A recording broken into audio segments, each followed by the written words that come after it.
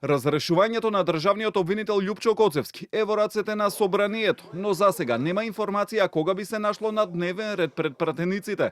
Премиерот Христијан Мицкоски, без повторно да ги образложува причините поради кои се предлага разрешување на Коцевски, рече дека очекува бргу да заврши постапката. Кој би го наследил вели дека не знае, но најавува транспарентен процес за избор. Не сме ни размислувале.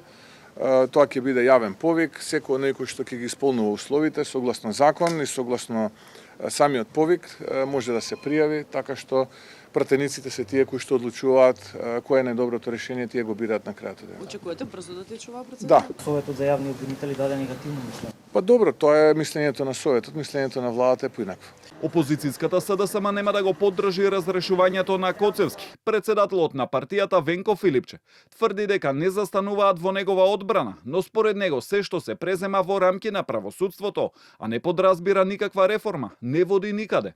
Не сакам ова да се свати дека јас сум нечи адвокат, најмалку на главниот обвинител, кој што лично не го ни познава. Но сметам дека се тоа што значи партиски притисок, да се постават партиски луѓе, значи се подлабоко заглавување на система на правосудство, нешто што граѓаните не го сакаат. Граѓаните сакаат реформи, вистинско правосудство, во кое што може да му се верува. Ова не е тој механизам. За разрешување на Коцевски, кој е на функцијата од февруари 2024 е потребно просто мнозинство од 61 глас за. Тоа го предвидува актуелниот закон за јавно обвинителство, но и новиот предлог закон кој во моментов е на мислење пред надлежните институции, министерства и обвинителството, нема суштински измени во тој дел. Во новата верзија само се допрецизирани некои одредби, но останува истиот начин на избор и разрешување на државниот обвинител.